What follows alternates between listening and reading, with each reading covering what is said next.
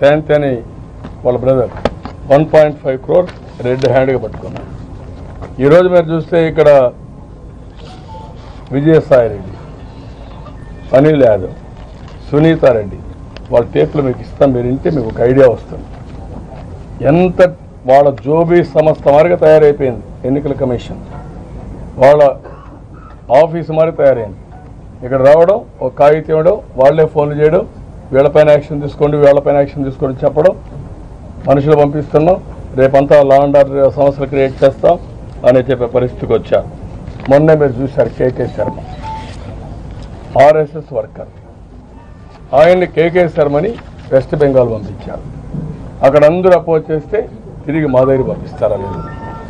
ఏంటి మీ ఉద్దేశం? ఏం చేయాలనుకుంటున్నారు? మా పార్టీ రిప్రజెంటేషన్ చేశారు, సిపిఐ చేశారు, కానీ ఇంతవరకు యాక్షన్ తీసుకునే పరిస్థితులు లేదు. దీనికి సమాధానం చెప్తారు ఎలక్షన్ కమిషన్. అక్కడ రిజెక్ట్ చేస్తే వాళ్ళ బలవంతంగా మా నెత్తిన పెట్టి మమ్మల్ని కంట్రోల్ చేయాలనుకుంటారా మీరు? ఎంత దుర్మార్గమైన కార్యక్రమం ఇది. ఇలాంటివన్నీ కూడా ఈరోజు చూస్తే నిన్న 65 మంది IAS, IPS, IFS officers retired president of ఇండియాకి వెళ్ళి ఏకపక్ష నిర్ణయాలు తీసుకుంటున్నారు. వీళ్ళు చాలా దారుణంగా తయారైపోయారు. ఇది ప్రజాస్వామ్యానికి మంచిది కాదని 65 మంది మీరు చెప్పారు. సాయంత్రాన్ని మళ్ళీ ప్రవీణ్ కుమార్ మీరు ట్రాన్స్ఫర్ చేస్తారా? ఉదయం అక్కడ క్యాండిడేట్ చెప్తారు, సాయంత్రానికి ట్రాన్స్ఫర్ అవుతారు, సాయంత్రం మీరు ట్రాన్స్ఫర్ చేస్తారు. What is the answer? దీనికి ఆన్సర్ చేసే పరిస్థితి కూడా ఎలక్షన్ కమిషన్ లేని పరిస్థితికి వచ్చేది. ఇవన్నీ కూడా మేము ఆయనకి ఎలక్షన్ కమిషన్ చాలా రెస్పెక్టబుల్గా చెప్పాం, గట్టిగా కూడా చెప్పాం. ఇది బ్రాంచ్ ఆఫీసర్ క్లర్కుల ఉద్యోగం కాదు.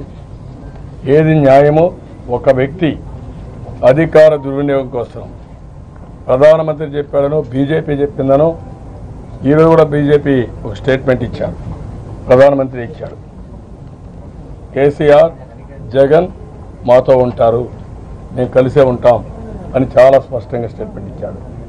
ఆయన ఫోన్ వాళ్ళు అంతా ఇన్స్ట్రక్షన్స్ ఇవ్వడం, వీళ్ళందరూ కలిసి పనిచేయడం, తెలుగుదేశాన్ని ఇబ్బంది పెట్టాలి. ఇది ఎక్కడ న్యాయం అండి? ఇది మీరు ఇంపార్షియల్గా ఎలక్షన్స్ కండక్ట్ చేయండి, మాకు బాధ లేదు. లేకుంటే ఎలక్షన్ కమిషన్ ఢిల్లీ నుంచి వచ్చి వాళ్ళే క్యాంపెయిన్ చేయమనండి, నాకు అది కూడా బాధ లేదు. వైఎస్ఆర్ కాంగ్రెస్ పార్టీ క్యాంపెయిన్ చేయమనండి, నాకేం బాధ లేదు. ఇక్కడ కార్యకర్తలు ఉన్నారు, ప్రజలు ఉన్నారు, వాళ్ళు నిర్ణయించుకుంటారు. కానీ ఏకపక్ష నిర్ణయాలు తీసుకుని చులకన కాకూడదు ఎలక్షన్ కమిషన్. అంటే మేమందరం కూడా ప్రజాస్వామ్యం అపహాస్యం అయిపోతే వీళ్ళు కూనీ చేస్తూ ఉంటే, అసలు డిస్ట్రాయ్ చేస్తూ ఉంటే మేము గమ్మను కూర్చొని ఉండడానికి సిద్ధంగా లేము. అందుకే సేవ్ ఇండియా, సేవ్